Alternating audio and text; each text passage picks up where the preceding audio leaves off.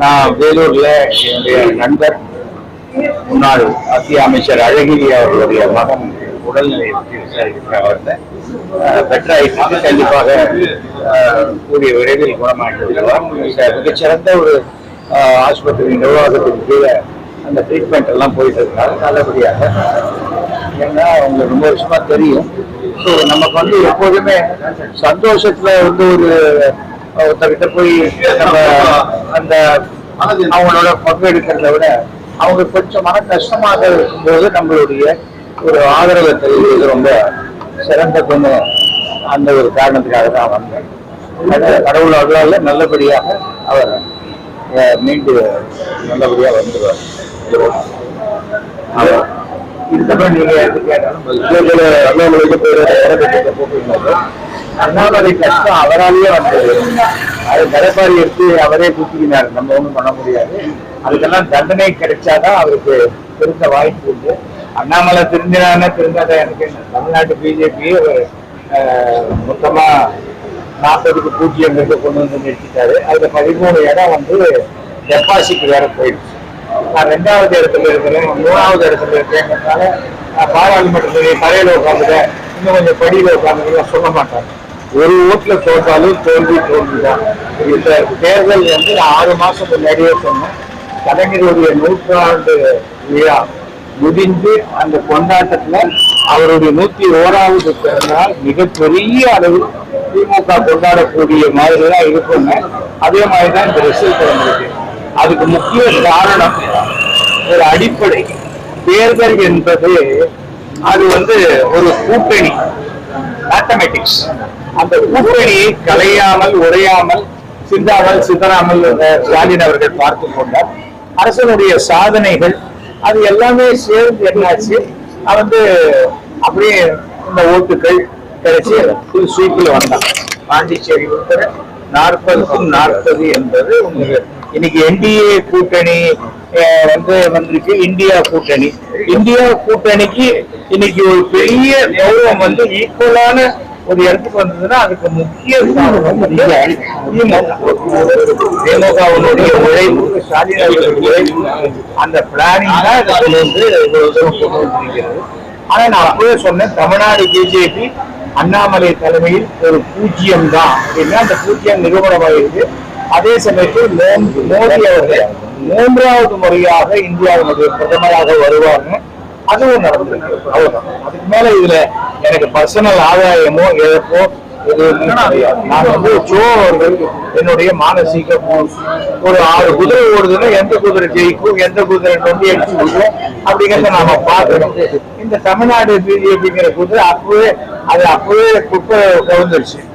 என்றைக்கு தமிழ்நாடு பிஜேபி அதிமுக கூட்டணியை முடித்துக் கொண்டதோ அண்ணாமலையினுடைய ஒரு ஐடியாவினால அன்னைக்கே அதனுடைய எதிர்காலம் தெரிஞ்சு போச்சு. அவ்வளவு. பிஜேபி நோட்டை விட கம்மியா தான் வாங்க. தமிழ்நாட்டுல பிஜேபி இல்லைன்னு சொன்னீங்க. நீங்க 14% ஓட்டு வாங்கிருக்காங்க.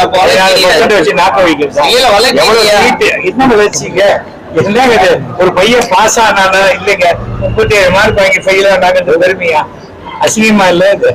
அதுவும் என்ன தேசிய கட்சி, இந்தியாவே ஆளுகின்ற கட்சி, 2 முறை ஆண்ட கட்சி, 3வது முறையோட கட்சிக்கு தன்னால ஒரு சீட்டு கூட உபயோகம் இல்லாம இங்க ஒரு மாநில தலைவர் வெட்கப்பட வேண்டிய விஷயம். அதை போய் பெருமையா பேசினாக்க திரும்ப வாய்ப்பே இல்லை.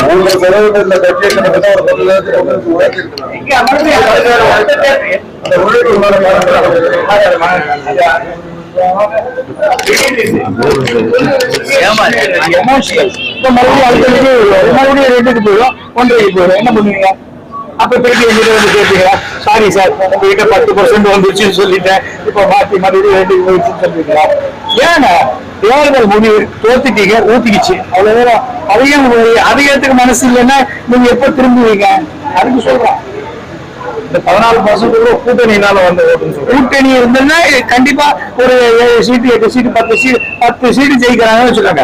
இந்த 10 சீட்டு என்டிஏ கூட்டணிக்கு வந்ததுன்னா இன்னும் கௌரவமாகத்தானே இருக்கும். அதை உதவி செய்யறதுக்கு துப்பு இல்லை. நான் 1.5% அதிகமா வாங்கிட்டேன், இது வாங்கிட்டேங்கிறது அது என்ன? அப்ப 13 இடத்துல வந்து உங்களுக்கு இது போச்சு இல்ல, டெபாசிட் போச்சு இல்ல, அதை கூட அப்படின்னா உன் கேண்டிடேட்டே தப்புன்னு தெரியுது இல்ல. அதெல்லாமே சரி பண்ண விட்டுட்டு யாரு பிரச்சனை பாடுறத வந்திருக்காங்க? ரெண்டு பேர். ஒண்ணு சௌமியா அன்புமணி ஒரு 10,000 கணக்குல டிஃபரன்ஸ். இன்னொன்னு விஜயகாந்தோடைய மகன் 500 சொச்ச ஓட்டு. அதுதான் நிஜமாகவே வெற்றி கோட்டுக்கு அருகில் உள்ளது. இதெல்லாம் 1.5 லட்சம் ஓட்டு கீழே இருக்காரு. மாநில தலைமையோட முடிவு தப்புன்றீங்களா?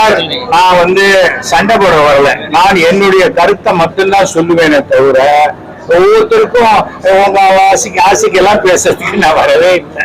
இது என்னுடைய கருத்து. இதை சரி செய்து கொண்டால் நம்ம திருந்த வாய்ப்பு உண்டு. இல்ல நான் ஒரு செகண்ட் தான் லேட்டா வந்தேன், 2 செகண்ட் தான் லேட்டா வந்தேன்னா அப்படியே லேட்டா தான். பத்திரிகை சுதந்திரம், பத்திரிகையாளர் மீது நடத்தப்படும் தாக்குதல், இதை எப்படி சார் பாக்குறீங்க? பத்திரிகை சுதந்திரம், பத்திரிகையாளர் மீது நடத்தப்படும் தாக்குதல், ரெண்டுத்தையும் எப்படி பாக்குறீங்க? ரெண்டுமே சார், சுதந்திரம் என்பது நான் என் பேக்கெட்டுக்குள்ள கை விடுறது சுதந்திரம். எல்லாரும் பேக்கெட்டுக்குள்ளேயும் கை விட்டு இந்த சுதந்திரம் கூட கிடையாதுன்னா பளிச்சுன்னு 4 இடத்துல அடி விழத்தான் செய்யும். அது யாரா இருந்தாலும், பத்திரிகையாளராக இல்லை, எந்த இடத்துலயுமே எல்லா சுதந்திரத்துக்கும் ஒரு கோடு இருக்கு. அந்த கோட்டை தாண்டும் போது அதுக்கு உண்டான விளைவுகள் யாராக இருந்தாலும் அது வரத்தான் செய்யும். எதிர்கட்சிகள் கேட்க தவறுன கேள்வியில தான் இவரும் கேட்டாரு, சோமசங்கர் கேட்டாரு. எனக்கு சவுசன் அந்த மேட்டர் நான் சோசியல் மீடியால ரொம்ப இருக்கிறது. எதிர்கட்சிகள் கேட்ட கேள்வியை கேட்டாங்கன்னா அதுக்கு என்ன பதிலோ அந்த பதில் சொல்லியிருக்காங்க, அவ்வளவுதானே. நீங்க எங்கிட்ட கேக்குறீங்க? நானா சவுசேகரை அரெஸ்ட் பண்ணி வச்சேன்? நான் வைக்கல இல்ல, என்ன கேக்குறீங்க? முக்தார் சார் பார்க்க முடியல, பக்கத்துல முக்தார் கூடிய வழியில் தனியாக ஒரு நியூஸ் சேனல் ஒண்ணு ஆரம்பிக்கிறாரு. அதுக்கு உண்டான மை இந்தியா 24 புள்ளி இல்லாத மை இந்தியா ஆரம்பிக்கிறாரு.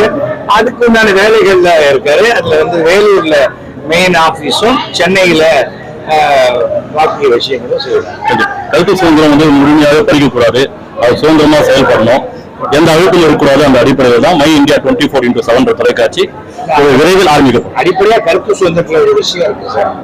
முன்னையை விட ஒரு 20 வருஷத்துக்கு முன்னாடி என்னப்பா இப்படி ஒரு சட்டம் போட்டுருக்காங்க, இல்லம்மா வேற சட்டம் கிடைக்கல, என்ன கிடைக்கல அப்படின்னா, என்னப்பா இந்த சட்டம் நீ ஒழுங்கா நீ கேள்வி அப்படி. அதாவது இப்ப சகிப்புத்தன்மை ரொம்ப குறைஞ்சு போச்சு. டாலரன்ஸ் லெவல் 0 ஆயிடுச்சு. பத்திரிகையும் இல்லை, எல்லா இடத்துலயுமே அப்பா மகனாக இருக்கட்டும், கணவன் மனைவியாக இருக்கட்டும், சகோதர சகோதரர் எல்லாத்தையுமே அது குறைஞ்சு போச்சு. நம்ம ஒரு நல்ல விஷயத்துக்கு பேசுவோம், பத்தியா பேசுறது அப்படிங்கிற மாதிரி ஆயிடுச்சுன்னா அதுல நல்ல கருத்துக்களை எடுத்துக்கொள்ளக்கூடிய ஒரு உண்மையான இது போய் சேராது. அதுதான் என்னுடைய கேள்வி கேட்கறத விரும்பல. யாருமே தன்னை எதிர்த்து எந்த கேள்வியுமே கேட்கக்கூடாதுன்னு நினைக்கிறேன். இப்போ எனக்கும் அண்ணாமலைக்கும் என்ன சண்டை? ஒரு சண்டை வாக்கிய வரப்பு தவிராக அவர் என் பையன் வயசு, அவருக்கு நான் சண்டை போட்டு என்ன பண்ண போறேன்? நான் பிஜேபி தலைவராக வரணும்னு ஆசைப்படுறேன். சரியான நபர்களை பயன்படுத்திக்கலாம், யாரையுமே பயன்படுத்த மாட்டேன். நானே வியாதிகார வாங்கி இருக்க மாதிரி எந்த மைக்கு பார்த்தாலும் நானே குதிப்பேன்னா அதுக்கு அதோட விளைவு தான் இது. அவ்வளவுதான். நம்ம என்ன பண்ண முடியும்? உதவி செய்வேன் 1000 பேர் வருவாங்க, யாருமே வேணாம், நானே இருக்கிறேன். அந்த நானே இருக்கிறேன் தான் நீ இல்லடா காலி ஊத்திடுச்சு அப்படின்னு சொல்லிட்டாங்க ஜனங்க. அவ்வளவு வேற ஒண்ணுமே இல்லை.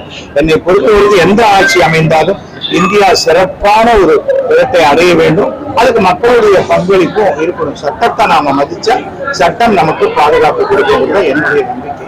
எல்லாவற்றையும் தாண்டி கடவுள் அருள் நமக்கு இருக்கிற வரைக்கும் நமக்கு எதிரிகள் கிடையாது. நம்புறவங்க